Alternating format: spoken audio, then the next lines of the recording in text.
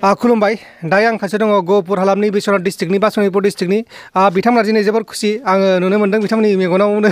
बांद्राय खुसिखौ नुनो मोन्दों मानोना दिनै बिटिआर हालामाव सनितपुर आरो बिश्वनाथनि माखासे बाहागो हाबदों होननानै खोनादों दा बेनि सायावनो आं माखासे सोंथि सोंनो नागिरदों बिथांमोना बिश्वनाथ डिस्ट्रिक्टनि आरो लोगोसे माखासे दङ सनितपुर डिस्ट्रिक्टनि दा नाथाय बिथांमोना नैबे गुवाहाटि नोगोरमायाव माखासे खामानि मावनो थायो बिथांमोना बे खामानिया बे गुवाहाटि नोगोरमायाव सोलिगासिनो दङ आं दा बेनि सायाव नैबे आदानियाव गिबिसिन सोंनो थाङो बिथाङा बिश्वनाथ डिस्ट्रिक्टनि थागिबि बिथांनि सायाव आं बेखौनो सोंनो सानो दा नोंथांमोननि माखासे बाहागोआ बिश्वनाथ आरो सनितपुरा जोंनि बे बिटिआर हाबसिगोन होननानै खोनादों बा बुंबाय बेखौ दा बेनि सायाव मा बुंनो सानो गिबियावनो प्रान्जल नार्जारि इउटुब चेनेलखौ आं खुलुमनाय जासिहरग्रोबाय ओरैनोथ' गहपुरा बिटिआरसिम हाबदों होननाय खोनादों CMI एनाउन्स होबाय सारा दा आं ओमफ्रायथ' गोजोननाय मोन्दों बहुद मोजां माने बाहागोआ बेखौ दासिमबो फोरमायथ'वाखै डिक्लेयार होनाय जाबाय खिन्थु माने मोनसे जाथावै खामानिखौ माने जाहोनानै देखायदों बेनि थाखाय माने आं बहुद गोजोननाय मोन्दों आरो नोंनि जेनेबा पार्सनेल गोदो गोदायनिफ्रायनो नोंथांमोना लुगैखायोमोन नामा बेहाय हाबनो बर' जानानैथ' बर' बिटिआर हाबनोथ' लुगैखागोन BKWSआव लुगैयामोन बेयावथ' लुगैखायामोन मानि थाखाय लुगैयामोन मानोना बेयाव पावारा बहुत खम इउसलेस माने बहुत खम माने दा बिटिआरआव थायोबा एसे पावारा बांसिन थायो बेनिखायनो माने बिटिआरखौ बांसिन माने हास्थायनाय जादोंमोन आरो जोंनि सनितपुर आरो बिश्वनाथनि रायजो राजाफ्रा ओमफ्राय दा गोजोननाय दं दा गोजोनथ'नांसिगोन बेजोंनो नोंथांनि मुङा आंना सुभजित बसुमतारि नोंथाङा दा गुवाहाटि नोगोरावनो थायो आं बर्तमानाव दंथ'यो गुवाहाटियाव दा बिथाङा गावनि गोजोननायखौ खोन्थाबाय दा लोगोसे नैबे आदायाबो दङ बिथाङा जाबाय ढेकियाजुलिनि बा सनितपुर डिस्ट्रिक्टनि नोंथांमोना गोदो गोदायनिफ्रायनो बिटिआर हाबनो लुगैयोमोन बिटिसि हाबनो लुगैयोमन दा नोंथांमोननिया बे हाबसिगोन माने हाबनायनि माखासे एनाउन्स होदों चिफ मिनिस्टार बिथाङा हेमन्त बिश्व शर्मा बिथाङा दा बेनि सायाव गोजोननाय दंना गैया गोजोननायखौल' दिनैनि दिनाव गोजोननाय मोन्दों आरो दहाय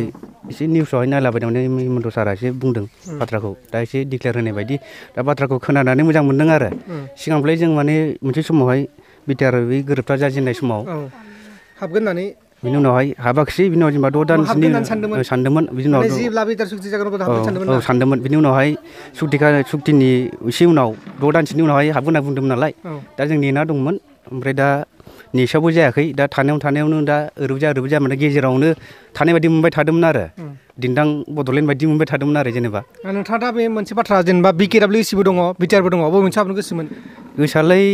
बिटिआरावनो खामोन आरो ओमफ्राय दा डिक्लेयार होनाय बायदि मोननानै गोजोननाय मोनदों आरो BKWSआव मानो गोसो गैया गोसोआव बेनोसै आरो नांगौ बायदि मोनथायफ्रा एसे खममोन नालाय नोंथांनि मुङा आंना अन्जय स्वरगियारि गामिया ढेकियाजुलि गामिनि नामा 1 नं बैथि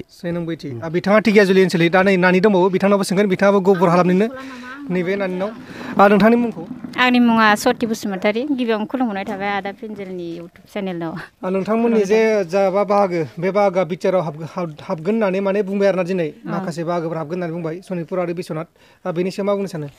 बिनि सायावथ' जोबोद गोजोननाय मोनबाय मानो होनबा सिगांनिफ्रायनो आसा दंबाय थाखायोमोन मोनगोन होननानै दा मोननानै माने गोसोखौ बिराद मोजां मोनबाय आरो प्राउड फिल फैबाय आरोना जे जोंनि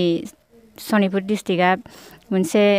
बिटिआराव हाबबाय बेखायनो गोसोखौ बिराद मोजां मोननाय मोनबाय आरो ओमफ्राय BKWS ओमफ्राय बिटिआर मोननै दंना जोंनि बर'फोरनि गेजेराव बय मोनसे हाबनो गोसोमोन बिटिआरावनो गोसोमोन BKWS गोसो गैखायामोन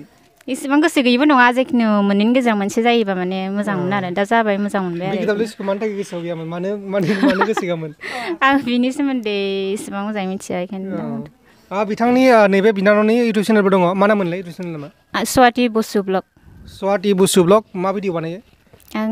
एनिथिं जायखिजाया एभ्रिडे मा खालामनाय जायो मा माने जायो ब्लग भिडिअ दा बिथांनि चेनेलखौ साबस्क्राइब खालामबानो जाबाय आङो डिसक्रिपसनाव होगोन आरो लिंकखौबो होगोन आं डाइरेक्ट टेग खालामगोन बिथांनि चेनेलखौ साबस्क्राइब खालामबानो जाबाय बिथाङा मा गामिनि मोनलाय ककिला सेन्टार गहपुरनि आरोना दा बिथांमोना गोजोननाय फोरमायदों दा बेखिनियानोमोन आरो माखासे सेंग्राफोरबो दंबावोमोन नाथाय बिथांमोना भिडिअ नुजानो गोसो गैया दा बेखिनि बे साथामनि स्टेटमेन्टखौ आं लाबाय दा बिथांमोना जोबोर गोजोनदों मानो होनना गोजोनदों होनबाथाय बिथांमोना बिटिआरनि पावारखौ लुबैयो BKWSनि पावारखौ बांद्राय गोजोननाय मोनाखैमोन बेनिखायनो दा बिटिआरखौ लुगैनायखाय दा बिथांमोना बिटिआराव हाबनो मोनसिगोन होननानै आसा खालामदों बा गोजोननाय फोरमायदों अब्ला लोगोफोर बेखिनियानोमोन गोजोन्थों एसेनोसै जय बर' हारिनि